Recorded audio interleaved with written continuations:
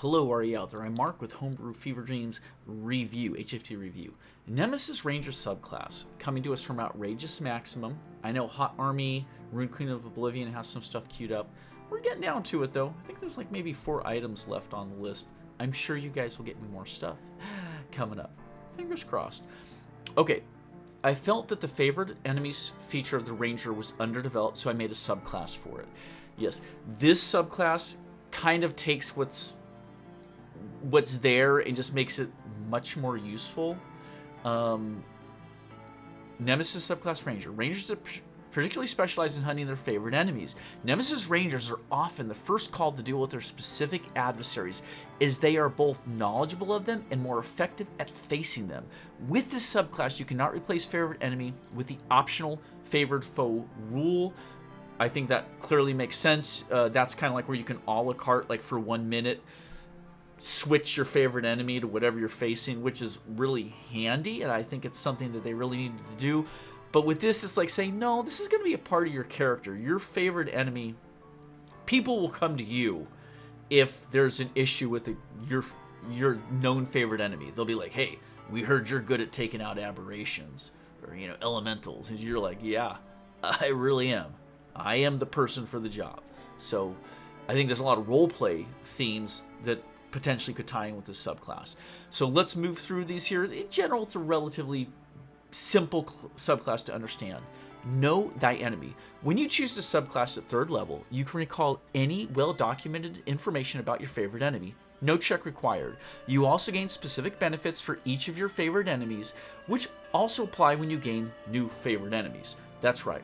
So I'm just going to make the caveat that, the nice thing about taking this subclass at 3rd level is you'll have some idea what the common creatures are within your world.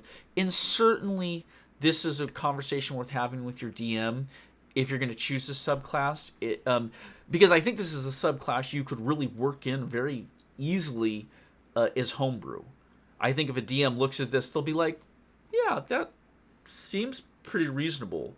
And you just go, but will you promise to put in foes that in some cases that meet my favorite enemies? And your DM will be like, yes, I will play to your strengths. Absolutely. Not all the time, but often enough to make it worth it. This is absolutely subclass I would play. If I was going to be a ranger and I'm like, dude, I'm a badass hunter and tracker and survivalist, but in particular, my favorite enemies, I know how to handle them. I'm going to do that extra damage. I'm going to mitigate their capabilities and just take them down better than any other class or subclass in the game. That's what this is about. Okay? Aberration. You have advantage on saving throws against enchantment or enchantment-like effects from aberrations. I would like to see a little tweak on this, personally, Outrageous, because there aren't that many aberrations in the game. I would like to see this say advantage on saving throws against any magical effect or spell-like effects from aberrations. You're just getting an advantage on saving throws against them, so it's not like you're guaranteed or anything like that. But I was flipping through there. I was looking at Yugoloths and Aboleths. A lot of their stuff is telepathic. I mean, I guess maybe some charm stuff would fall under there, but yeah, I think it should be any magical effect from an aberration. There's just so few of them in the monster manual. My opinion. Otherwise, I don't think people are going to choose this one. Unless you're doing an Aboleth specific, campaign.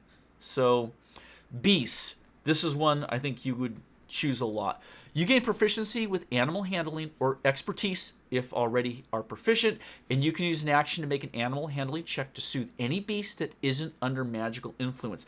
I like this one a lot. It has roleplay capabilities, and it specifies, you got to burn your action to try and do this soothing. You don't get it as a freebie. It's going to take, rather than attacking, you're going to do this. And I like that it specifies, say a druid is compelling a wolf to attack your party magically, then this isn't going to work on them. Your non-magical animal handling cannot override a magical effect compelling a common beast to attack you. And I think that makes sense. But it is always possible for you to succeed as long as you've not attacked the creature yet the DC will never be above 25. That means there is no common beast in the game that you don't have some chance of being able to at least soothe. That's a really cool... It's neat because it's nearly magical, but it's not. It's like Aragorn, right, from Lord of the Rings. He does all this cool stuff that seems like magic, but he's not magical. He just has a really good understanding of the things that he understands. And this really, to me, feels like that. If you were an ally, attack it once soothed, it becomes aggressive. You cannot attempt to calm it again for 24 hours. Yeah. Yeah. Punch the thing in the face after you soothe it. Oh, good boy. Bam. Yeah, that's messed up. I think this should also move your alignment straight to evil if you were to attack that creature. I'm just saying. I think you should put that in there as well. Parenthetically, just be like, you're evil. You're a bad person. IRL. No, I'm just kidding. All right, here we go. Celestials. This will be a little less common. When a Celestial attempts to restore hit points to a creature within 30 feet of you, you can use a reaction and expend a spell slot to siphon 1d10 hit points per level of the slot used. Reducing the amount the targeted creature would heal, and healing yourself instead. I used to picture some unicorn healing some sick child that you and your party have rescued from the goblins. And you're just like, all, you're kind of like, you got like a scratch, and you're just like all sucking up some of the healing. The unicorn's like, I'm surprised the child is not awoken. I would have suspected my magical horn could heal anything. And you're like, yeah, right? That sucks. Well, it's nice knowing you, unicorn. Oh my gosh, that's so evil. It's just... You're stealing a Celestial's healing. It's meant for someone else, and you're like, I'm just going to siphon some of that. Oh, it's delicious. Sorry. It's mental. If your total is higher than the amount that would be healed, you take all the healing. You just take it all. That little girl's not going to get any healing. Constructs. You treat a construct's immunity to bludgeoning, piercing, slashing with non-magical, not adamantine, or non-silvered weapon as resistance if the construct isn't at full hit points. I like that so much. It's a crack in the armor, right? So many constructs have immunity to a given, sort of mundane damage type. But if you can punch through, deal some damage with a magical effect, then you can now use your mundane attacks to hit into the crack. I like that. It's very colorful. I don't know how often you'd take it unless you're specifically in a game world where constructs are really common. But yeah, it's pretty slick. Dragons. You add your wisdom modifier to any saving throw against your dragon's breath weapon and have advantage on saves against your dragon's frightful presence. Absolutely, this is a must-have for a Dragon Slayer. Gotta have this. Makes total sense. You will use this. Huge advantage. Elementals. Elementals cannot move through or share your space unless you let them, and you do not take damage from being near or attacking one. Super handy against like an ice, fire elemental. Now, I don't know that this would help you. It would help you. I was going to say if you were being suffocated by like a water elemental, they're not dealing damage specifically, but they're suffocating you. No, they cannot occupy your space if you don't allow it. So it even protects against that. So yeah, I think that one's pretty cool. If you were in an elemental heavy world, that would be a nice touch. Fae. If a Fae attempts to teleport in any way, you can use a reaction to make an opportunity attack against them. If you hit, they fail to teleport. Obviously, this means you have to have a weapon that you can have the range for. But like a longbow, yeah, you could have an enemy freaking 200 feet away with this. You see them attempting to phase into another plane of existence, and you're just like, nah, whoosh, longbow, whoosh, and you can interrupt that process. You also have advantage on saves against being charmed by Fae, which is, really important if you're going against Fae, because those charms will twist your character up. So That's a nice one. I could see people going into that, definitely. I like Dragon Slayer. I like the Beast one. I like the Fey one. I think they're all relatively common enough and they're powerful enough to be pretty handy. Fiends. You can spend 1 minute creating a salt barrier against fiends. Fiends are unable to cross a line of this salt, nor teleport in or out of the area enclosed by the salt, and a fiend cannot disturb the salt. Yeah. The flavor of that, I've absolutely worked that into my games where, with a proper Arcana check, you can do a pentagram or whatever, a symbol on the floor that the party can hide inside of. And yeah, it's common trope that that fiends cannot cross the barrier and they cannot break the barrier.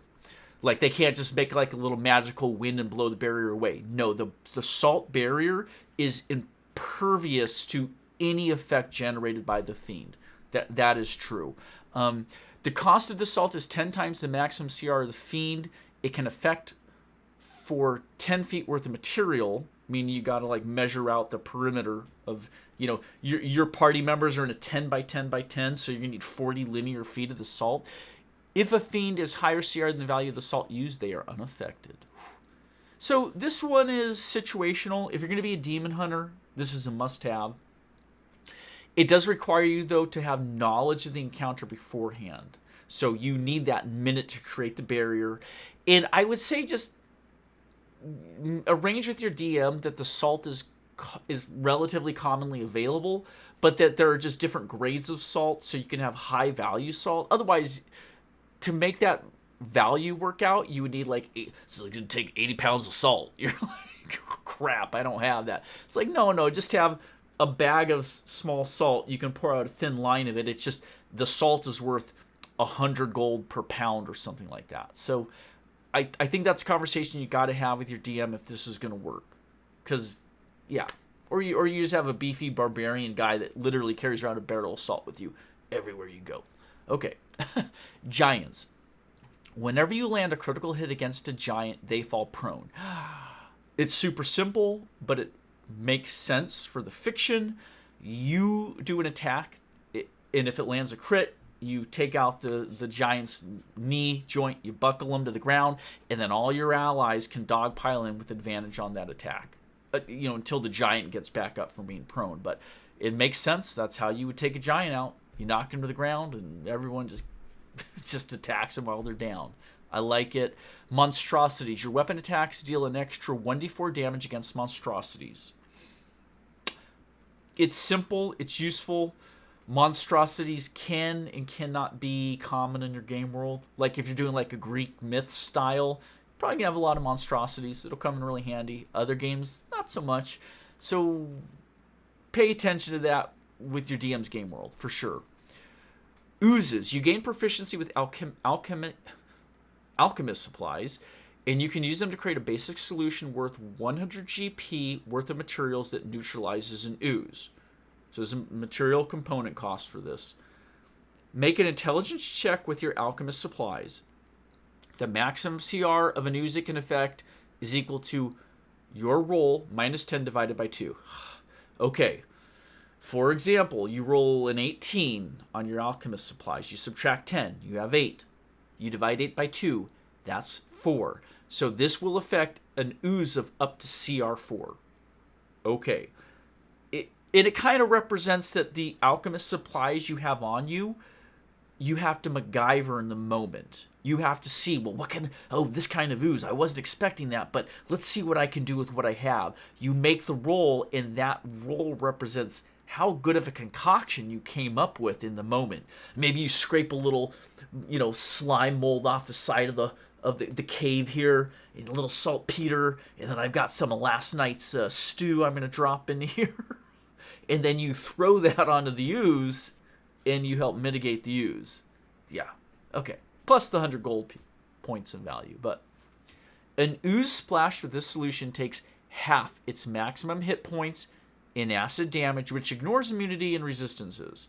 That's right. It's not really acid so much as like whatever you're putting onto the ooze interacts with the ooze itself and is breaking it apart at the cellular level, as though it's an acid, even though maybe for you to hold in your hand is completely safe. Does nothing to you, but to an ooze of a given type, it breaks it down.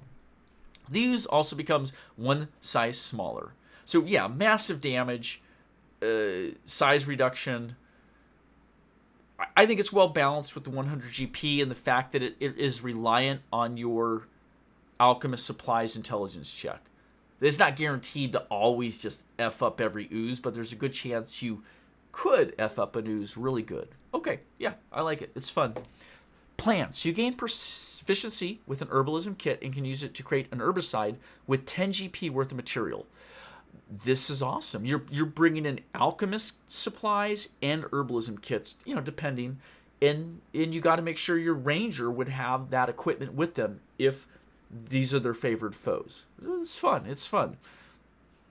An herbicide can be applied to a weapon or 5 pieces of ammunition and cause them to deal an additional 1d8 poison damage against plants. Immunity doesn't protect. I think you maybe should add that, right? There's no immunity or resistance against this poison. This herbicide is geared towards plants, right? Okay, I would think. The herbicide fades after 5 hits with the melee weapon, like it rubs off, or 1 hit with a piece of ammunition, or an hour after it was applied. So, right, it doesn't last forever. It's not unlimited hits. I like it. This one is very cheap relative to the ooze cost, but plants are not a common enemy, so I don't know that a lot of rangers are going to have this unless it is specific to the world they're playing in. But, whatever. It's fun. Undead. I can see a lot of people taking this one. You gain the ability to turn undead. Each undead you can see or hear within 30 feet of you must make a wisdom. Okay. It's turn undead. As far as I can tell, it's boilerplate, so I'm not going to reread the whole thing.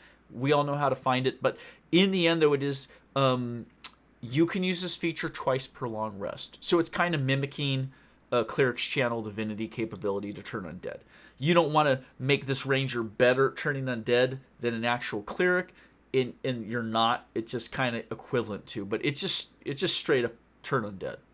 Yeah, why not? It's situational, but you got to have it if you're fighting the undead folk. You got to have it as a ranger.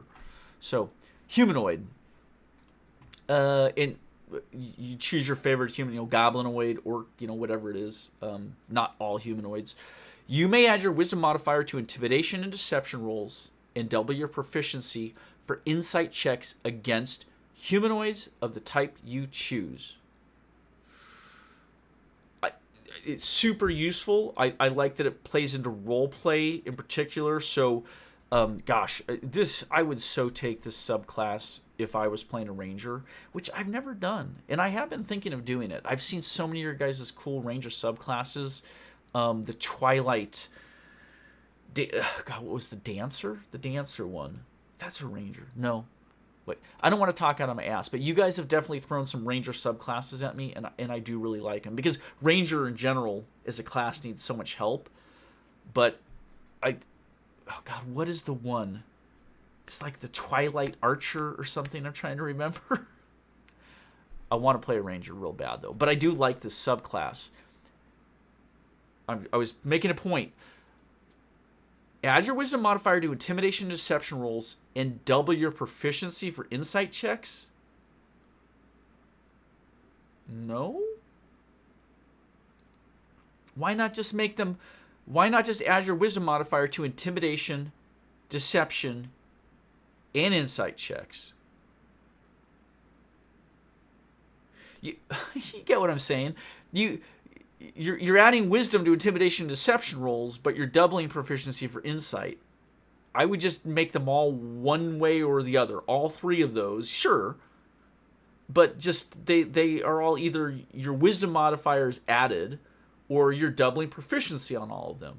But all 3 skill checks don't, right? Just simplification. I think that's one of our rules we like, is simplicity of understanding. So, am I missing something about why it would be different? Maybe you're reading off of you're taking the verbiage from other mechanics within the books, and I understand doing that absolutely, so it reads the same, but it just seems like it's roughly the same. Your wisdom modifier is going to be hopefully plus 2 or 3 to make this useful.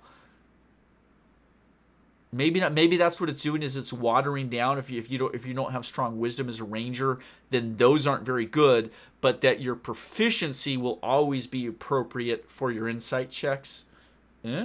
Okay. You guaranteeing that you're going to get something out of it if you have a low wisdom. Is wisdom a thing for rangers? Hold on. This is worth looking into here. I'm so curious about how you wrote this, right? Okay. I opened right to ranger. You take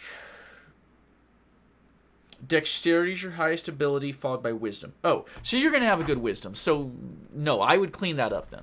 The way you wrote it just is unnecessarily confusing. I would just add your wisdom modifier to all three of the checks. Rolls versus checks, insight checks.